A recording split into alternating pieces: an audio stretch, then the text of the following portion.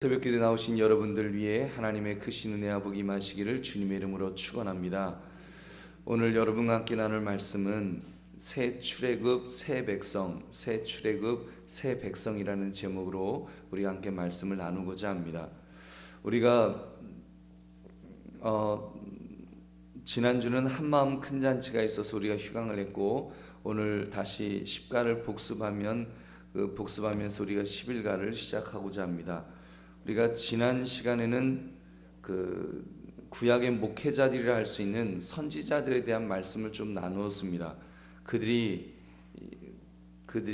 여기 선지자들에 대한 말씀을 좀 나누면서 그들이 남유다와 북이스라엘의 멸망을 예언했다고 했습니다. 왜요? 이스라엘이 하나님이 주신 율법을 제대로 지키지 못했기 때문입니다.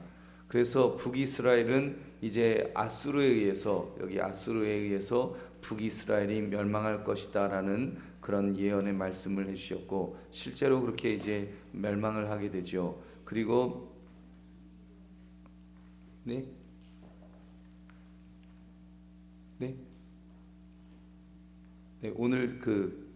오늘 11가 할 차례입니다. 11과 이건 지금 복습입니다. 여기 나오는 것은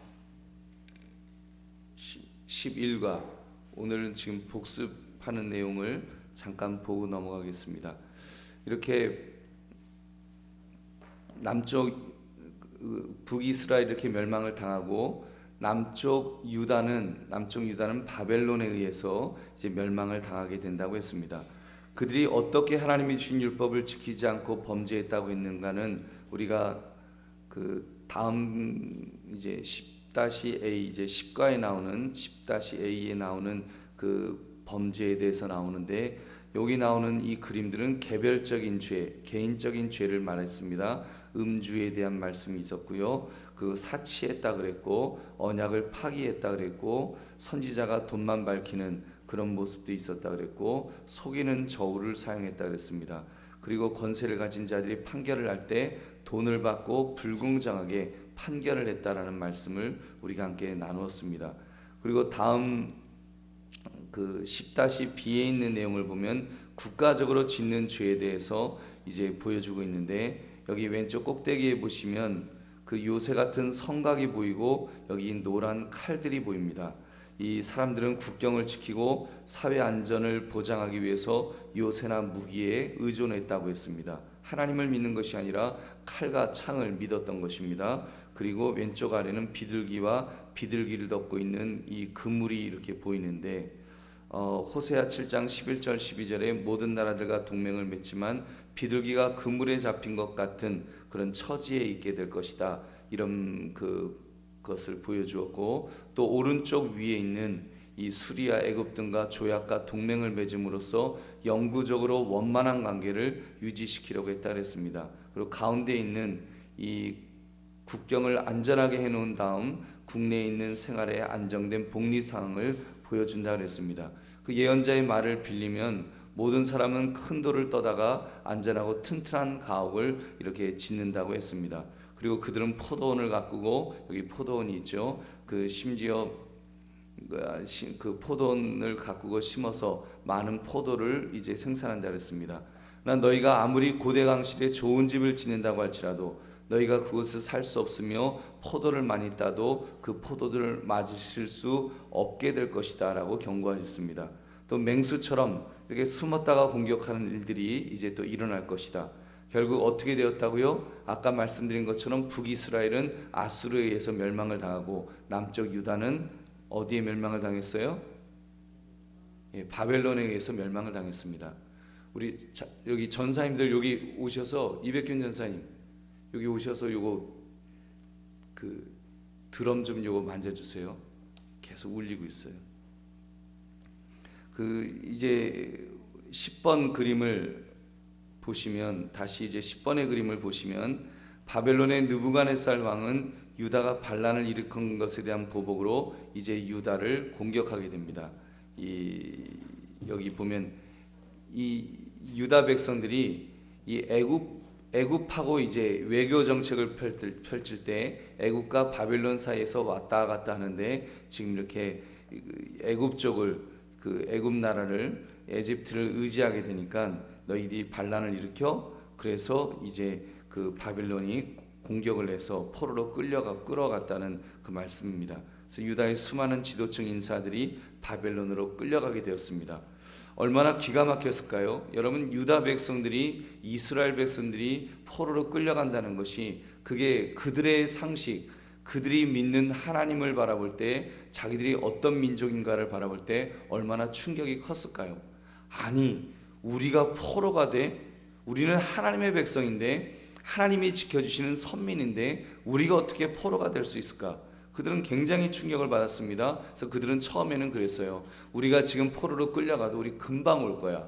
우리 한 1, 2년 아니면 2년 아니면 우리 다 다시 돌아올 수 있을 거야. 걱정하지 마세요. 그런 또 선지자들도 있었습니다. 거짓 선지자들 중에는 그 민족주의적인 그런 열심에 사로잡혀갖고 이제 그 몇몇 선지자들이 그랬어요. 우리 한 2년 안에 돌아온다. 걱정하지 마라. 우리 이 유다, 남쪽 유다 우리 백성들이 하나님의 백성이 이렇게 멸망하지 않을 것이다. 이거 잠깐 있는 일이야. 걱정하지 마. 걱정하지 마. 이런 예언들도 막 이렇게 하게 되었습니다. 나 여기에 대해서 선지자 예레미야는 그런 헛맹랑한 거짓말을 맹렬히 공박하였으며 그들이 더 오랫동안 바벨론에서 포로 생활을 하게 될 것이라는 그런 그 말씀을 계속해서 선포했던 것입니다. 결국 그런 귀에만 달콤하게 들리는 말을 예언했던 하나님의 선지자 같은 사람은 예레미야의 경고대로 이제 죽게 됩니다. 그리고 또 선지자 에스겔이 BC 597년에 첫 번째 포로들과 더불어 바벨론으로 끌려가서 이제 외진 그 성읍에서 자신의 사명을 수행합니다.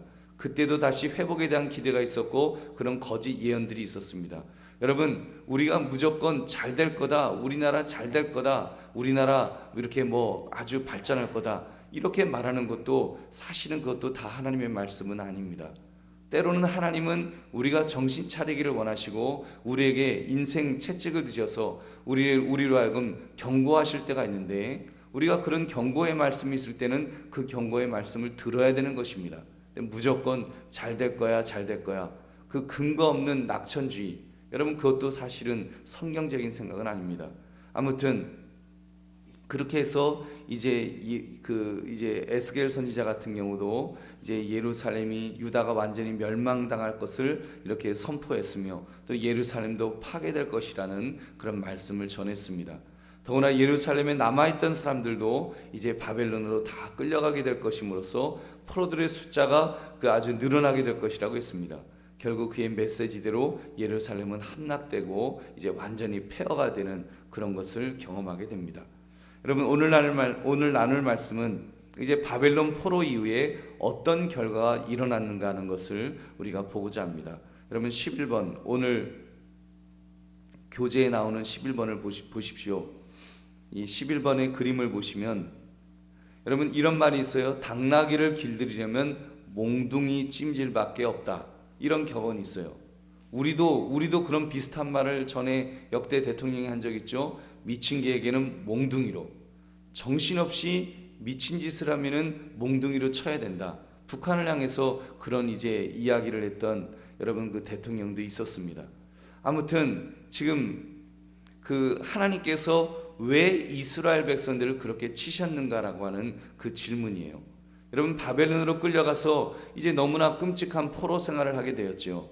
여러분, 하나님께서 유다 백성들을 골탕 먹이려고, 하나님의 백성을 그냥 골탕 먹이기 위해서 하나님 그런 이스라엘 백성들이 그런 고난을 당하게 된 것일까요?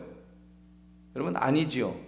여러분, 우리가 그것을 먼저 생각하자는 거예요. 유다 백성이 너무나 강팍해서 포로로 잡혀가야만 그들의 주의를 환기시킬 수 있었기 때문에 하나님께서 그런 고난을 그들에게 주신 것입니다. 여러분, 그들도 그런 생각을 했어요. 과연 그들이 바벨론의 포로로에 잡혀감으로써 지난 날을 회고하며 잘못을 곰곰이 생각한 것입니다. 이스라엘 백성들이 생각을 했어요. 도대체 왜 이런 일이 우리에게 일어난 것일까?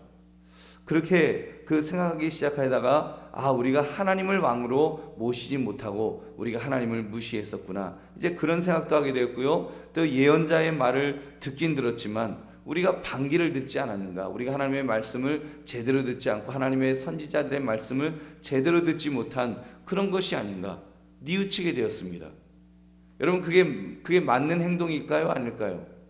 맞는 행동이죠. 하나님 앞에 그렇게 매를 맞았는데 자기들이 포로로 바벨론까지 끌려갔는데 이 정신을 차려야죠. 정신을 차렸어요. 나름대로 정신을 차리려고 했습니다.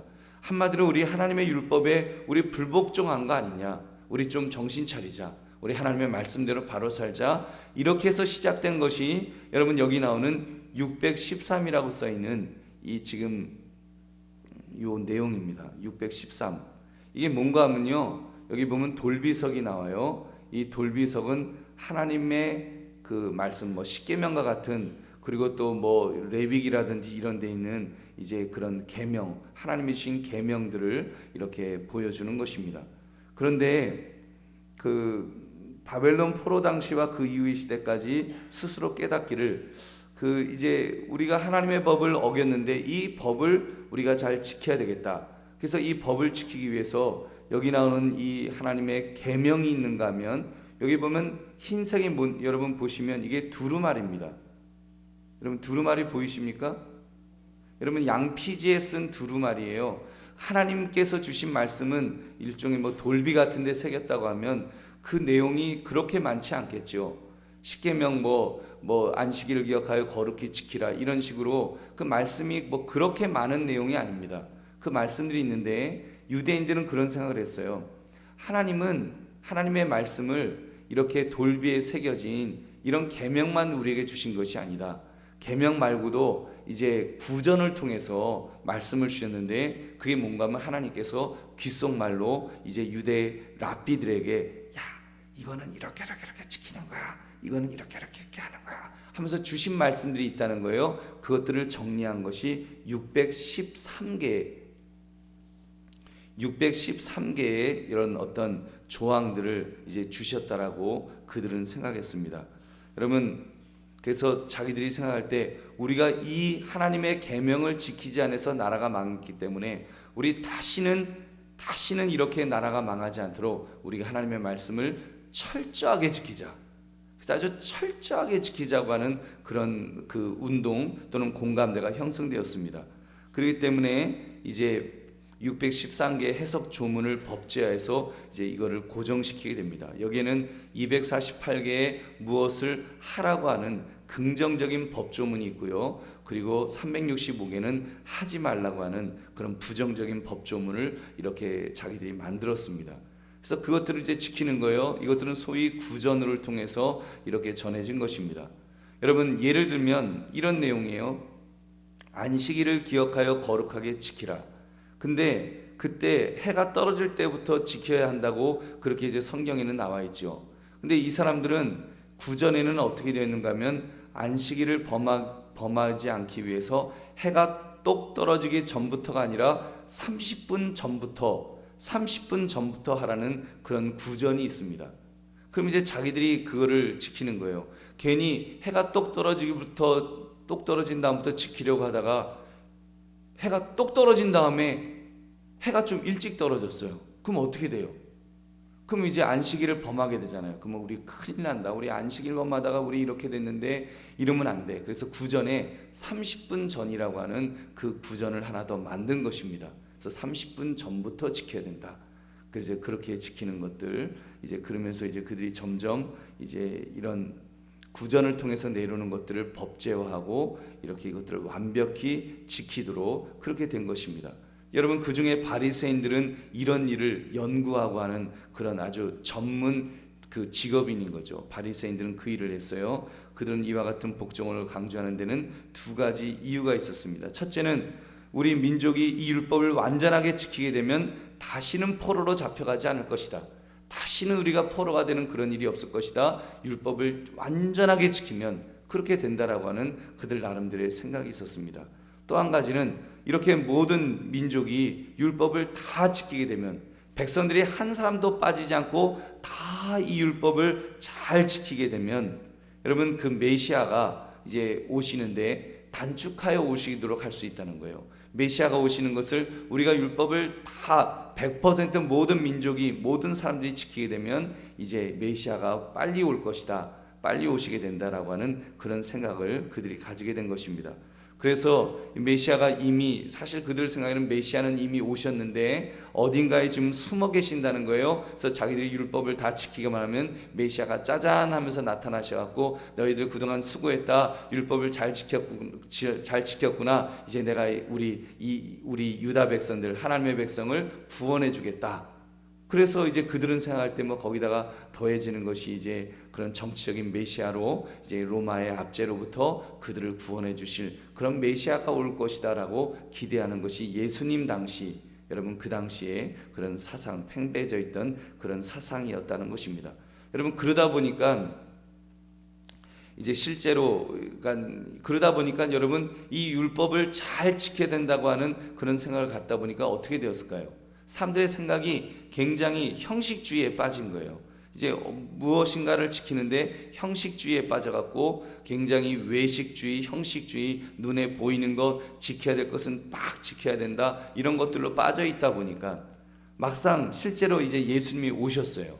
예수님이 오셨을 때 예수님께서 하시는 것 보니까 뭐 이제 음식을 먹기 전에는 손을 씻어야 되는데 예수님의 제자들은 손을 씻지도 않고 이제 구전에 의하면 그 먹기 전에 꼭 손을 씻어라, 이런 내용이 여러분 성경에 보면 어디에도 없잖아요. 손을 씻어야 된다는 내용이 없는데 이제 그들은 구전에 의해서 손 씻는다고 하는 내용을 만들어 놓고, 근데 예수님의 제자들이 손을 안 씻는 거예요.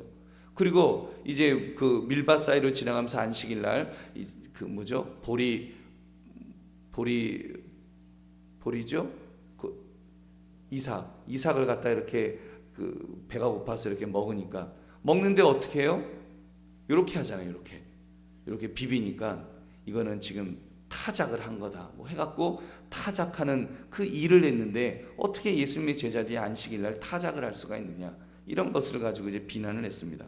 한마디로 유대인들이 볼 때는 예수님은, 저 사람은 메시아가 이 땅에 도래하도록 하는데 방해하는 사람이라고 생각했습니다. 메시아는커녕 메시아가 오시는 것을 방해하는 그런 인물로 보였기 때문에 십자가에 매달아 못 박아 죽여야 된다는 것은 그런 당연한 그런 생각이었다는 것입니다. 여러분 또 이 3번에 나오는 이 돌판을 보시면, 여기 보면 3번 보면 돌판이 있죠. 원래 돌판은 요만했어요. 율법을 만들었는데 그들은 이만한 더 큰 돌판을 만드는 거예요. 그래놓고는 이제 혹세무민하는 것입니다. 그래서 이런 것들을 만들어 놓고, 심지어 이게 하나님 말씀이 하면서 그 고르반이라고 그래서 이거 하나님의 명령이라고 그렇게 하면서 하나님에게, 그 부모님에게 효도해야 될 것도 하나님에게 바쳐진 거야, 고르반, 이렇게 하기만 하면 이거는 너희들 뭐 이렇게 부모 공경 안 해도 돼라는 식의 그런 어떤 율법들을 만들어 놓고 자기들 멋대로, 사실은 그 속에서 그런 법을 만들어 놓고 하나님의 말씀을 잘 지키려는 것이 아니라 자기들의 어떤 유익을 추구하고 이익을 추구하는 그런 자들로 변모된 것입니다. 여러분 이러다 보니까 하나님의 은혜는 뒷전이 된 거예요. 하나님의 은혜는 뒷전이 되고 그저 율법만을 고집하면서 이제 사람들의 마음이 점점 강팍해져 갔던 것입니다. 또 여러분 근데 그들 나름대로는 이제 그 당시 예수님 이제 당시가 되겠죠. 그 포로기 이후부터 그들은 성경에 대해서 또 이런 생각을 했어요. 이게 뭔가 하면 이 그림이 보면 지금 등잔이 나오고요. 여기 보면 불빛이 이렇게 있습니다. 이렇게 불빛이 있었는데 유대인들은 소유하고 있던 이 구약 성경이 등과 같은 역할을 한다고 이제 나름대로 또 자부하는 면도 있었습니다. 그래서 구약 성경을 지혜 중에 지혜서라고 말했고요. 지혜 중에 지혜는 이 모든 우주가 조성된 내력을 포함해 모든 비밀을 밝혀주는 것이라고 그들은 생각했습니다. 또 기억해야 될 것은 구약 성경은 지혜서로서 그 세상을 밝히는 등불이다라고 비유했는데, 그래서 히브리 사람들이 알고 있는지는 모르지만 하여튼 그 예수님께서 오셔서 이제 그러셨어요. 내가 세상의 빛이다라는 예수님의 말씀이 이제 성취되었고, 또 바울이 예수님은 지혜다라고 하심으로써 또 그런 성취되는 것들도 있었습니다. 또 예언자는 이스라엘 민족은 온 세상을 비치는 등불과 같은 존재라고 예언을 했고요. 하나님은 이 국경이라는 땅덩어리에 히브리 민족을 가둬두지 않으신다는 거예요. 그래서 국경을 뛰어넘도록 나가도록 하시기를 원하셨다는 그런 내용들도 이제 선지자들이 또 예언했다는 것입니다. 또 예언자들을 통해서 이스라엘은 종된 민족이다, 이렇게 섬기는 종의 모습이잖아요. 이 동그라미가 하나라는 것은 사람이에요. 예수님 아닙니다. 그래서 이렇게 종된 민족이라는 것을 말씀하셨고, 포로 이후에 여러 예언자들의 말을 빌려보면 포로 이후에 또 성전 건축에 대해서도 이제 강조하는 그런 모습이 있어서, 여러분 여기 가운데 있는 그림을 보시면 여기 성전이에요. 성전이 보이십니까? 그림 속에 성전 보이시죠? 그리고 성전 안에 지성소에 지금 이렇게 하나님의 상징인 요 동그라미 두 개인 이 하나님께서 임재하신 이 모습을 보여주고 있습니다. 그래서 사람들이 이제는 포로기 이후부터는 그 성전 중심으로 그들이 이제 모든 것들을 하는 것으로 이렇게 강조하게 되었는데, 거의 뭐 이제 하나님을 모실 때 하나님은 성전 안에만 계신 분으로 그렇게 알아서 그렇게만 모시면 백성들을 잘 대해줄 것이다라고 그렇게 생각하게 됩니다. 그래서 예수님 당시에만 해도 성전은 이제 성직자들이 그냥 밥 먹는 그런 신사구실 정도밖에 못하는 그런 성전으로 되어버렸습니다. 결국 이제 은혜가 사라져버린 것입니다. 11번 A를 보시면, 그 다음 그림을 보시면, 여러분 이런 이스라엘 백성들에게 어떤 소망이 있었느냐? 여러분 예레미야 선지자는 외치기를, 하나님께서는 포로들을 바벨론으로부터 곡으로 귀환시킬 것이지만 그 시기는 그들이 바벨론에서 쓰라린 연단을 받은 후가 될 것이라고 이제 그 예레미야 선지자가 선언했습니다. 성경 기자들이 하나님의 말씀을 초기에 어떻게 이해를 했고 바벨론 후에는 어떻게 이해했는가를 이 도표를 보시면, 여기 여러분 그림을 보시면 두 개가 나와요. 여기 창조가 나오고요, 여기 보면 그 창조가 나오고 출애굽이 나옵니다. 하나님께서 천지를 창조하셨죠. 창조하셨고 그 창조하셨던 하나님이 계시고, 여기 보면 애굽에서 다시 그들이 애굽에서 노예 종살이를 하다가 하나님께서 그들을 이끌어내셔서 그들이 이제 시내산 언약을 통해서 가나안 땅까지 가는 이렇게 출애굽 사건을 이렇게 보여주고 있습니다. 이거와 마찬가지로 이제 그 성경 기자들이 하나님의 작정을 이렇게 보여주는 것은 초기에 어떻게 이해를 했고 바벨론 후에는 어떻게 있는가를 이렇게 보여주는 거예요. 그 후에는 그들은 이 바벨론 사건을 다시 출애굽 사건으로 그들은 이해를 했습니다. 여러분, 그래서 이 이스라엘 하나님께서는 포로 신세에서 이제 구출해 내시는데, 그들을 광야에서 거쳐서 하나님은 굳센 팔로 이끄셔서 곡으로 구출해 내시는 그런 모습을 이렇게 보여주고 있습니다. 그래서 여기 보면은 바벨론의 신전이, 여기 노란 게 신전이에요. 바벨론의 신전이 있고 이렇게 압제당하는 그들이 있는데, 그들을 이제 다시 이렇게 그 에덴 동산으로, 하나님이 창조하신 에덴 동산 가나안 땅 예루살렘으로 다시 이끌어 오실 것을 이제 보여주는 것입니다. 이렇게 이 땅으로 돌아오는 과정 속에 보면은, 여기 보면은 홍해 사건도 이렇게 그림으로 보여주는 거예요. 이때 홍해는 물에서 그 강이 바다가 이렇게 막고 있는 것이 아니라 정치적인 그런 바다가 막혀져 있는 것을 하나님께서 이제 열어주신다는 거예요. 그래서 여러분 고레스 왕을 통해서 하나님은 고레스 왕의 마음을 감동시켜 주셔갖고 이제 이스라엘 백성들을 그 해방시켜 주지 않으십니까? 그래서 해방시켜 주시는데, 우리가 그 먼 곳을 어떻게 가요? 막 이런 걱정도 이제 하게 되는데, 하나님께서는 그럴 때마다 그들을 이제 이끌어 주신다는 것을 이제 그 예언자들을 통해서 계속하여 말씀해 주신다는 것입니다.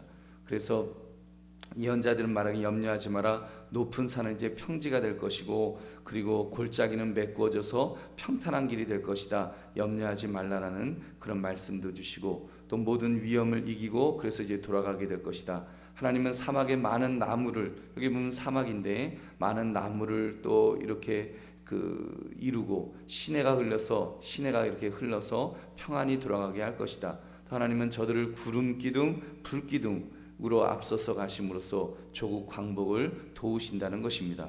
하나님께서는 마치 강력하신 하나님이시지만 온유하신 하나님으로서 어머니가 자식을 안듯이 온유하게 그렇게 구원내신다는 것입니다. 마치 포로로 끌려가듯이 간 것이 아니라 승리의 개가를 부르면서 이들은 와 신난다, 이제 겨우 구출돼서 이렇게 기진맥진해서 간 것이 아니잖아요. 이렇게 느헤미야 같은 사람을 통해서 모든 이제 그 건축의 자재들까지 다 얻어가지고 신이 나서 돌아가는 개선 장군처럼 이제는 약속의 땅 예루살렘으로 돌아가게 될 것이다, 에덴 동산으로 가게 될 것이라는 그런 말씀을 이제 예언해 주신 것입니다. 그때 이제 이런 질문들이 나올 법한 질문들이 있었다는 거예요. 바벨론의 신들은 이스라엘의 구원에 대해서 무엇이라고 말할 수 있겠는가? 그들은 뒤로 물러서서 이스라엘의 하나님이 그의 백성들을 그 땅에서 인도해 내시는 것을 그대로 방임할 것입니까? 소위 바벨론의 신들은 아무것도 아니다라고 이제 예언자들은 계속해서 말하는 거예요.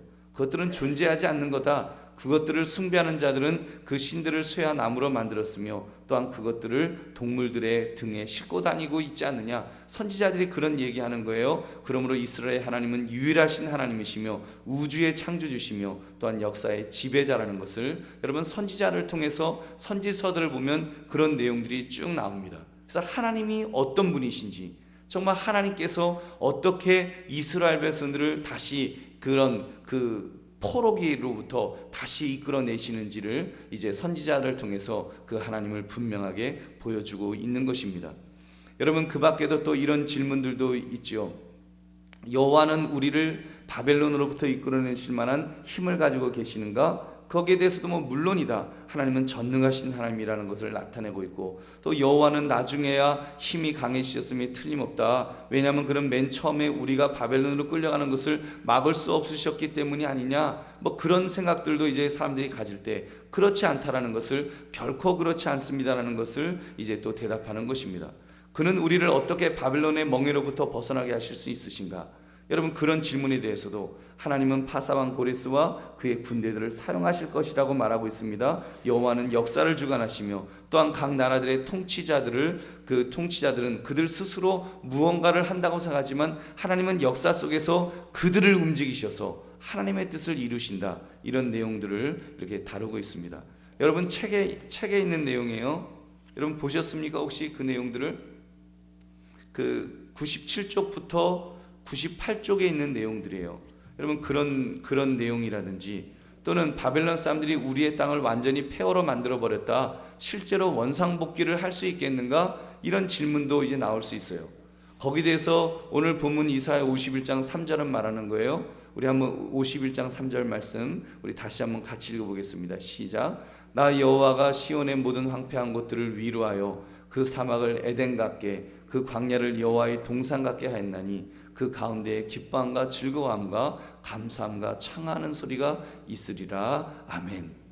여러분 그래서 이 결론을 말씀드리면, 그 선지서를 통해서 또 이스라엘 백성들이 이렇게 바벨론을 포로로 갔다가 다시 귀환하는 사건을 통해서 여러분 이스라엘 백성들은 어떻게 하나님을 섬길 것인가, 또 하나님이 어떤 분이신가라는 것을 분명하게 깨닫게 되었다는 것입니다. 그래서 하나님이 어떤 분이신지, 하나님이 역사 속에서 어떻게 일하시는지, 그런 것들을 선지자들을 통해서 다시 깨닫는 계기가 되었다는 것입니다.